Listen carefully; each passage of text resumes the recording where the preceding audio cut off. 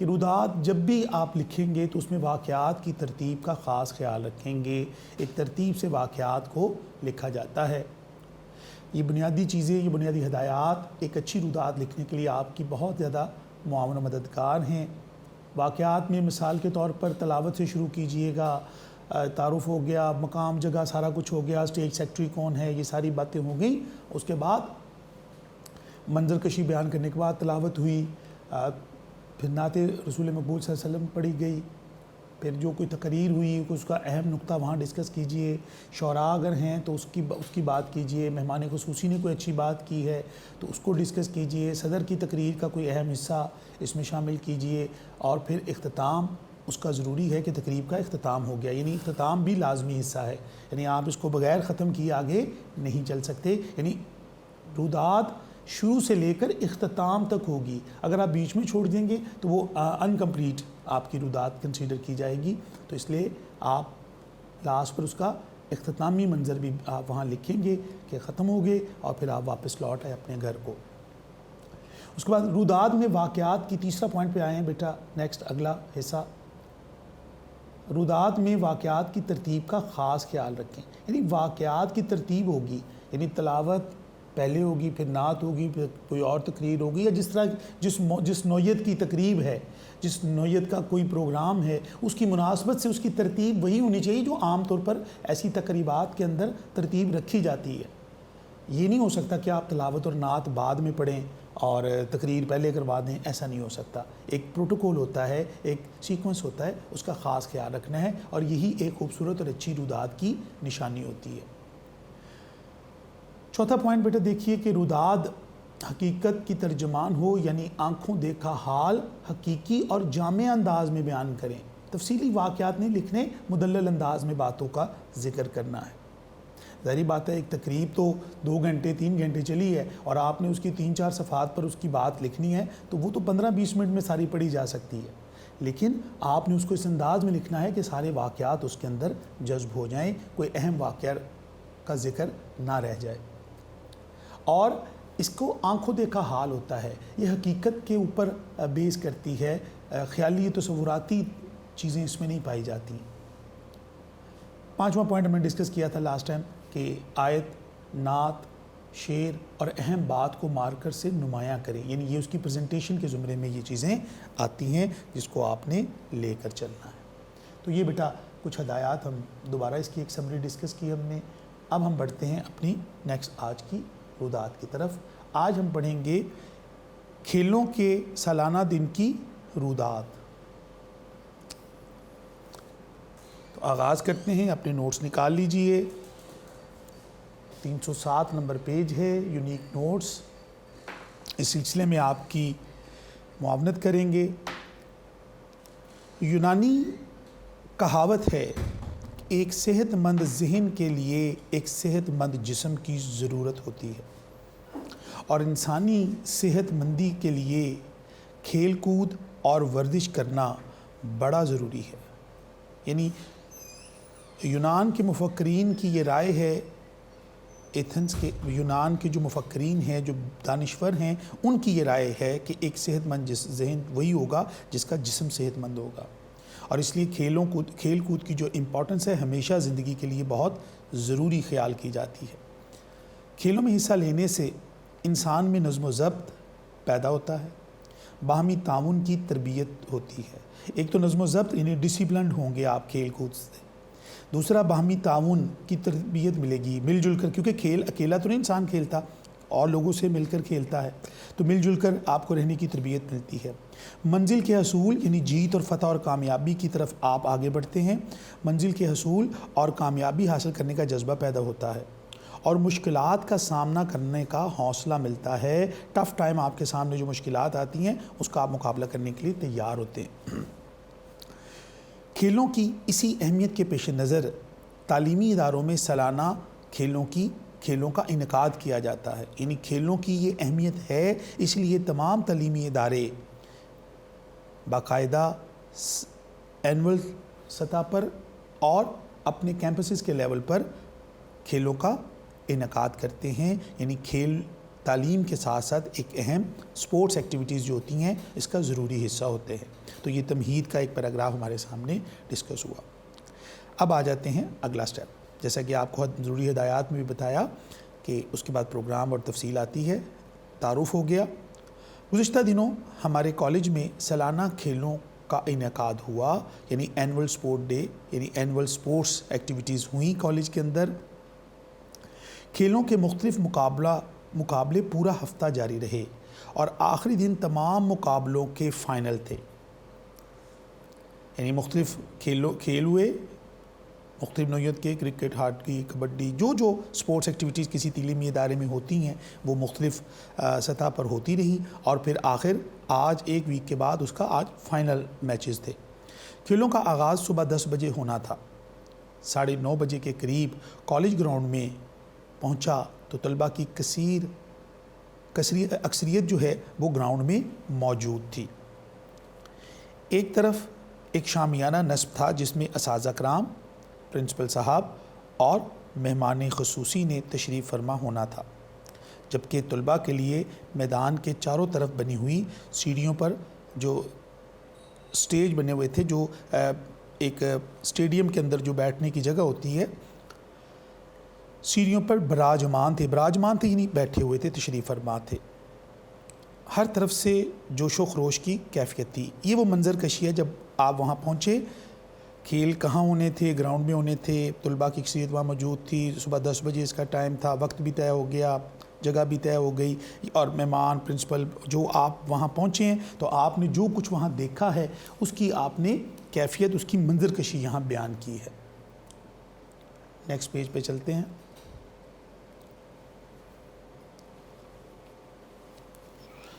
Principal صاحب، مہمان خصوصی جو ڈی پی آئی کالجز تھے، اساتذہ کرام کے ہمراہ پنڈال میں تشریف لائے تو تمام طلباء اپنی اپنی جگہ پر احتراماً کھڑے ہوئے اور تالیاں بجا کر آنے والوں کا استقبال کیا.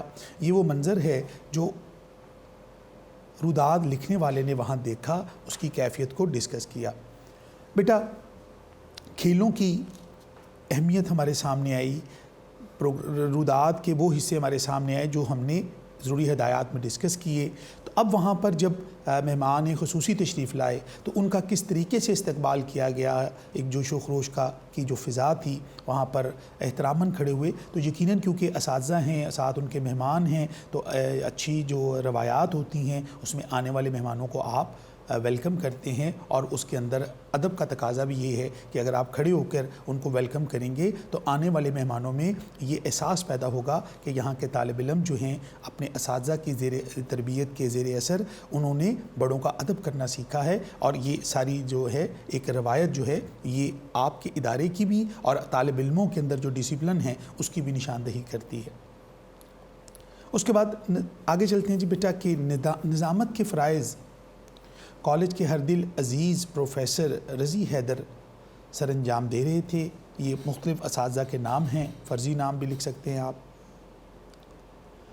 تقریب کا آغاز، اب واقعات کی ترتیب، یعنی اسٹیج کی جو انتظامات تھے وہ ایک بہت زیادہ پسندیدہ استاد محترم ہیں رضی حیدر صاحب، وہ انجام دے رہے تھے. اور تقریب کا آغاز جو ہے وہ تلاوت قرآن مجید سے ہوا. یعنی جو میں نے آپ کو بتایا تھا کہ ہمیشہ ترتیب سے چلتے ہیں، تو اسی طرح یہاں پر سب سے پہلے تلاوت ہوئی.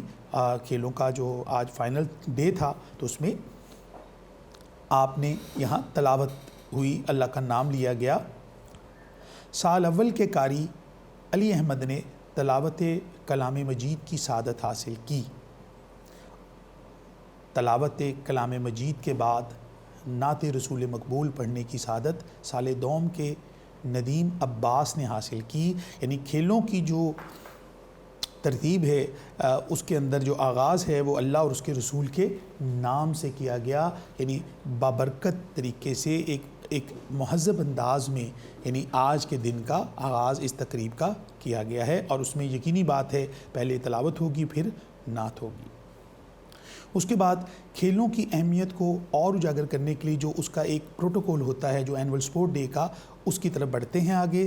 سالانہ کھیلوں کا آغاز مارچ پاسٹ سے ہوا سلامی کے چبوترے پر پرنسپل صاحب، مہمان خصوصی جو کہ ڈی پی آئی کالجز تھے، چیئرمین سپورٹس کمیٹی کو بلایا گیا. یعنی یہ وہ معزز مہمان ہیں جو کہ آج کے اس فائنل کو دیکھنے کے لیے یہاں تشریف فرما ہیں. ان کو سلامی کے چبوترے پر بلایا گیا. یعنی وہاں پر ایک چبوترا بنایا جاتا ہے جب بھی سپورٹس ایکٹیویٹیز ہوتی ہیں، اور پھر وہاں مارچ پاسٹ ہوتا ہے کہ تمام کھلاڑی وہاں سے ان کے سامنے سے گزرتے ہیں. تمام کھلاڑی کالج کا پرچم لیے مارچ پاسٹ کرتے ہوئے سلامی کے چبوترے کے سامنے سے گزرے. اب جتنے بھی کھیل تھے، ہاکی، کرکٹ، فٹ بال، والی بال، باسکٹ بال، جتنی بھی کھیلوں میں جو ٹیمیں حصہ لے رہی تھیں، اور وہ انہوں نے کیا کیا، وہ تمام سپورٹس کا جو کیونکہ فائنل ڈے تھا تو یہ سارے لوگ جو فائنل میں آئے تھے یہ مارچ پاسٹ میں شامل ہوئے اور نظم و ضبط کا سامنے اس سلامی کے چبوترے کے آگے سے گزریں گے. مارچ پاسٹ کے بعد کھیلوں کا آغاز ہوا. یعنی وہ تمام سپورٹس ایکٹیویٹیز شروع ہو گئیں جو مختلف نوعیت کی تھیں. سب سے پہلے گولا پھینکنے کا مقابلہ ہوا. گولا پھینکنا، پھر تھالی اور نیزہ پھینکنے کے مقابلے ہوئے. یعنی یہ تھرو کرنے کا جو کمپٹیشن ہے طلباء کے درمیان، یہ ان ٹیموں کے درمیان یہاں پر مقابلے سے باقاعدہ کھیلوں کا آغاز ہوا. اب یہ ساری بیٹا ترتیب سے سپورٹس ایکٹیویٹیز جاری رہیں گی. تماشائی طلباء کی طرف سے ہلہ گلہ ہو رہا تھا. یعنی بہت زیادہ شور شرابہ ہو رہا تھا. ایک جوش و خروش کی فضا وہاں دیکھنے کو نظر آ رہی تھی. کھلاڑیوں کے جیتنے پر بھرپور تالیاں بجا کر انہیں داد دی جا رہی تھی. یعنی جو بچے اس میں کامیاب ہوتے، جو جیتتے، ان کو بھرپور حوصلہ افزائی کی جاتی تاکہ ان کے اندر آگے بڑھنے کا، مزید کامیابیاں سمیٹنے کا، اپنے ادارے کے لیے، اپنے ملک و قوم کے لیے جذبہ اور زیادہ بڑھایا جا سکے. اور یقینی بات ہے بیٹا کہ حوصلہ افزائی، موٹیویشن جو ہوتی ہے یہ سکسیس کے لیے بہت ضروری ہوتی ہے، کامیابی کے لیے بہت ضروری ہوتی ہے. تو یہ جو تالیوں کی داد ہوتی ہے یہ کھلاڑیوں کے اندر جوش و جذبہ پیدا کرتی ہیں. اس کے بعد مختلف قسم کی دوڑوں کے مقابلے ہوئے. بہت سی ریسیں ہوئیں مختلف. اس میں جو دوڑ لگائی جاتی ہے اس کی کئی کیٹیگریز ہوتی ہیں بیٹا. 100 میٹر کی دوڑ، 200 میٹر کی دوڑ، 500 میٹر کی دوڑ، 1000 میٹر کی دوڑ. تو اس کے اندر وہ مختلف نوعیت کی دوڑیں ہوئیں. لیکن ان میں سب سے زیادہ دلچسپی 100 میٹر کی دوڑ اور بوری دوڑ میں یعنی سیک ریس میں دیکھی گئی. یعنی جو 100 میٹر کی دوڑ تھی یہ بہت دلچسپ رہی. دوڑیں تو اور بھی ہوئی، کمپٹیشن تو اور بھی ہوئے وہاں پر، لیکن زیادہ دلچسپی جو ہے بچوں کو جو مزہ آیا، جو لطف آیا، وہ 100 میٹر والی دوڑ میں اور بوری دوڑ میں. بوری دوڑ میں بوری کے اندر بچوں کی ٹانگوں کو، اسٹوڈنٹ کی ٹانگوں کو باندھ دیا جاتا ہے اور پھر وہ اچھل کر اس کو اپنی جو ٹارگٹ لائن ہوتی ہے وہاں تک جانا ہوتا ہے. تو یہ سیک ریس جو ہوتی ہے یہ بڑی دلچسپ ہوتی ہے اور اس میں بڑے ایک مزاح کا بھی اس میں کیفیت ہمارے سامنے آتی ہے. یہ ایک دلچسپ جو مقابلہ ہوا. اس لیے مختصر اور جامع انداز میں لکھنے کی بہت ساری چیزوں کو، اب مین چیزوں کے اوپر ہم یہاں پر رودات کے اندر اس کو جگہ دیتے ہیں، اس کو لکھتے ہیں. کھیلوں کے سالانہ دن کا ایک اہم مقابلہ سائنس اور آرٹس کے اساتذہ کے درمیان دوستانہ کرکٹ میچ تھا. یعنی باقی مقابلے تو ہوئے، دوسرا جو روداد لکھتے ہوئے اہم چیز نظر آئی وہ یہ تھی جو ٹیچرز کے درمیان ایک فرینڈلی میچ کھیلا گیا. مقابلہ شروع ہوا تو تماشائی طلباء 2 حصوں میں تقسیم ہو گئے. یعنی اسٹوڈنٹس جو ہے وہ ڈیوائیڈ ہو گئے 2 الگ الگ حصوں میں. آرٹس کے طلباء اپنے اساتذہ اور سائنس کے طلباء جو سائنس کے اساتذہ کے ساتھ ہو گئے. یعنی جو وہاں پر جو اسٹیڈیم تھا، وہاں پر جو میچ ہو رہا تھا، اس میں جو اسٹوڈنٹس تھے، کیونکہ سب اسٹوڈنٹس بیٹھے ہوئے تھے، اور وہ اسٹوڈنٹ جو ہیں 2 حصوں میں بٹ گئے. جو سائنس کے ٹیچرز تھے، جیسے فزکس، کیمسٹری، بایو، میتھ پڑھانے والے اساتذہ تھے، تو بچوں کی طرفداریاں جو سائنس اسٹوڈنٹ کی اپنے ان ٹیچرز کی طرف ہو گئیں. جو آرٹس کے اساتذہ ہیں، جو ان کو ایجوکیشن، اسلامیات، اردو ایسے سب مضامین پڑھاتے ہیں، تو ایسے اساتذہ کی طرف جو ہیں وہ بچوں، ان کے اسٹوڈنٹ ہیں، ان کی طرف ذرا ان کو سپورٹ کیا. تو یہ ایک بڑا ہی خوبصورت ماحول اس گراؤنڈ میں بن گیا. اب یوں لگتا تھا کہ کرکٹ میچ گراؤنڈ میں نہیں ہو رہا بلکہ تماشائیوں کے درمیان ہو رہا ہے۔ بڑے زور شور سے میچ ہو رہا تھا۔ چونکہ میں آرٹس کا طالب علم تھا اس لیے لامحالہ میری ہمدردیاں بھی آرٹس کے اساتذہ کے ساتھ تھیں، اور میری خوشی کی انتہا نہ رہی جب آرٹس کے اساتذہ نے میچ جیت لیا۔ یعنی یہ میچ ہی بڑا پرلطف تھا۔ بہت سی سپورٹس ایکٹیویٹیز ہوئیں، لیکن وہ جو خاص چیزیں ہوتی ہیں وہ روداد کا حصہ ہوتی ہیں۔ تو یہاں پر بیٹا یہ جو سیک ریس، بوری ریس، جو جسے کہتے ہیں 100 میٹر کی ریس، مارچ پاسٹ، اساتذہ کا میچ، یہ اہم وہ واقعات ہیں جس کو آپ روداد میں جگہ دے رہے ہیں۔ اس میچ کے فیصلے کے بعد تقسیم انعامات کا مرحلہ آیا۔ جتنے بھی میچز تھے، سپورٹس ایکٹیویٹیز ہو گئیں، تو اب پرائز ڈسٹریبیوشن سرمنی کی طرف بڑھتے ہیں آگے، کہ انعامات لینے والے طلباء کی تصاویر مہمان گرامی اور پرنسپل صاحب کے ساتھ بنائی گئیں۔ یعنی یہ سارا کچھ وہاں کیا گیا۔ تو ڈی پی آئی کالجز اور پرنسپل صاحب سٹیج پر تشریف لائے تاکہ جیتنے والے کھلاڑیوں کو انعامات عطا کیے کریں۔ تالیوں کی گونج میں خاصی دیر یہ سلسلہ جاری رہا، یعنی سٹیپ بائی سٹیپ سٹیج سے نام پکارا جاتا اور فاتح ٹیم یا فاتح کھلاڑی جو ہے وہ سٹیج پر آتا اور اپنا انعام وصول کرتا، اور انعام وصول کرنے والے جو اسٹوڈنٹ تھے ان کی تصاویر بھی مہمانان گرامی اور پرنسپل صاحب کے ساتھ اتاری جاتی تھی۔ فوٹوگرافر وہاں موجود تھے۔ اس کے بعد جب انعامات دینے کا سلسلہ مکمل ہوا تو مہمان خصوصی سے درخواست کی گئی کہ وہ حاضرین کو حاضرین یعنی جو لوگ وہاں بیٹھے ہیں، تشریف فرما جو دیکھ رہے ہیں، حاضر ہیں وہاں پر، اپنے قیمتی خیالات سے نوازیں، کیونکہ بڑوں کی نصیحت زندگی کے لیے ہمیشہ مشعل راہ ہوتی ہے، کامیابی کا وسیلہ بنتی ہے۔ اس کے بعد مہمان خصوصی نے اپنے خطاب میں فرمایا کہ جس ملک میں کھیلوں کے میدان آباد ہوتے ہیں وہاں ہسپتال ویران ہوتے ہیں۔ یعنی لوگ صحت مند رہتے ہیں، ہاسپٹل نہیں جاتے، کیونکہ کھیلوں کے میدان ان کو مضبوط انسان بناتے ہیں۔ طلباء میں کھیل کود کی رغبت اس بات کی آئینہ دار ہے کہ ہماری نوجوان نسل زندگی کے بارے میں صحت مندانہ رویہ رکھتی ہے۔ ڈی پی آئی کالجز ہونے کے ناطے انہوں نے ہمارے کالج میں سپورٹس کے سامان کے لیے 5 لاکھ روپے کی گرانٹ کا اعلان بھی کیا۔ یعنی ایک تو انہوں نے کھیلوں کی اہمیت پر روشنی ڈالی۔ ان کی تقریر بیٹا لمبی ہوگی، لیکن یہاں پر آپ نے کیونکہ اختصار اور جامع انداز میں لکھنا ہے، جو مین باتیں انہوں نے کی ان کو یہاں پر لکھ دیا۔ اس کے بعد یعنی آپ اس کو لکھیں گے آپ اسی انداز میں۔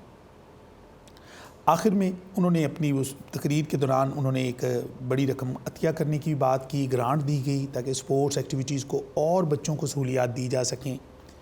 آخر میں پرنسپل صاحب نے صدارتی کلمات کہے۔ انہوں نے طلباء پر زور دیا کہ پڑھائی کے ساتھ ساتھ، اس کے بعد پرنسپل صاحب آئے، انہوں نے ایک تو ان کا شکریہ بھی ادا کیا، صدارتی کلمات بھی کہے، اور ساتھ ساتھ انہوں نے اسٹوڈنٹ کو سپورٹس پڑھائی کے ساتھ ساتھ کھیل کود پر ضروری توجہ کی طرف بات کی کہ ضرور توجہ دیں، کیونکہ انسانی جسم ایک صحت مند نہ ہو تو وہ کوئی کام بھی بہتر طور پر سر انجام نہیں دے سکتا۔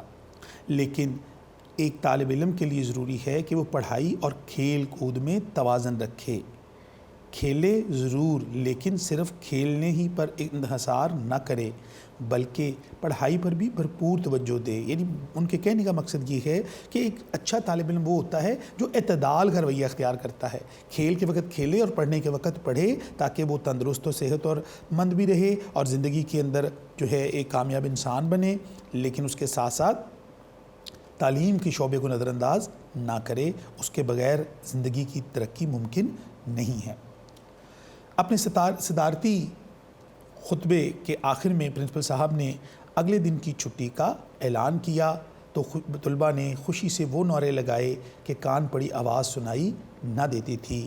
اس اعلان کے ساتھ ہی تقریب اپنے اختتام کو پہنچی اور ہم خوشی خوشی گھروں کو روانہ ہو گئے۔ یہ وہ اختتام تھا۔ یہ بیٹا اگر آپ روداد پہ غور کیجئے گا، وہ اہم ہدایات جو آپ کو دی گئیں اس کے مطابق یہ ساری واقعات کی ترتیب، اور پھر آخر میں تمام بچے خوشی خوشی اپنے گھروں کو روانہ ہو گئے، اختتام ہو گیا۔ انشاءاللہ نیکسٹ اگلے لیکچر میں ہم اگلی رودات پہ بات کریں گے۔ تب تک کے لیے مجھے اجازت دیجیے بیٹا، اللہ نگہبان۔